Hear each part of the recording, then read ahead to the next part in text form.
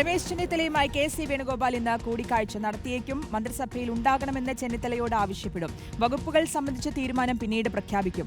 അതേസമയം ഇന്നലെ വി.ഡി. സതീശനും ദീപാദാസ് മുൻഷിയും നേരിട്ടെത്തി നടത്തിയ കൂടിക്കാഴ്ചയിൽ മഞ്ഞുരുകി എന്നാണ് സൂചന.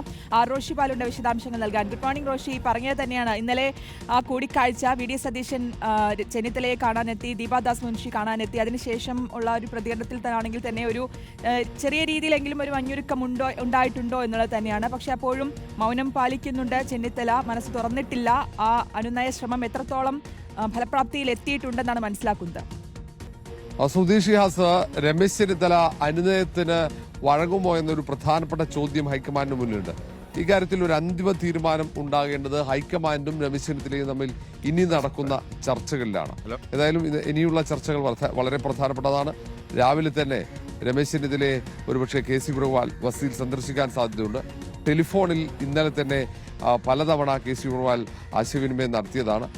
നിലവിലെ നമ്മൾക്ക് ലഭിക്കുന്ന വിവരങ്ങളനുസരിച്ച് രമേശ് ചെന്നിത്തല മന്ത്രിസഭയുടെ ഭാഗമാകുമെന്ന സൂചനകളാണുള്ളത്. ഏതായാലും ആ കാര്യത്തിൽ വൈകാതെ തന്നെ വ്യക്തത വരും. ഏത് വകുപ്പാണ് അങ്ങനെയെങ്കിൽ രമേശ് ചെന്നിത്തലയ്ക്ക് നൽകുക എന്നതടക്കം അറിയേണ്ടതുണ്ട്. രമേശ് ചെന്നിത്തലയെ അനുകൂലിക്കുന്നവർ കഴിഞ്ഞ 2 ദിവസമായി അദ്ദേഹത്തിന്റെ വഴുതക്കാട് വസതിയുടെ പരിസരത്ത് കേന്ദ്രീകരിച്ച് നിൽക്കുകയായിരുന്നു.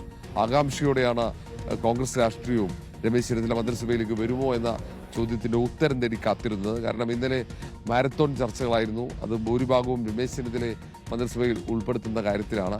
ഘടകകക്ഷികളടക്കം രമേശ് ചെന്നിത്തല ഏറ്റവും മുതിർന്ന ഒരു നിയമസഭാ സാമാജികൻ എന്ന നിലയിൽ, പരിചയസമ്പത്തുള്ള ഒരു ആൾ എന്ന നിലയിൽ പരിഗണിക്കണം എന്ന ആവശ്യം മുന്നോട്ട് വെച്ചിട്ടുണ്ട്.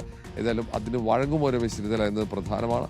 ഇന്നലെയൊക്കെ വളരെ അസ്വസ്ഥതയോടെയാണ് രമേശ് ചെന്നിത്തലയെ കണ്ടത്. പിന്നീട് വി.ഡി. സതീശൻ വന്നു.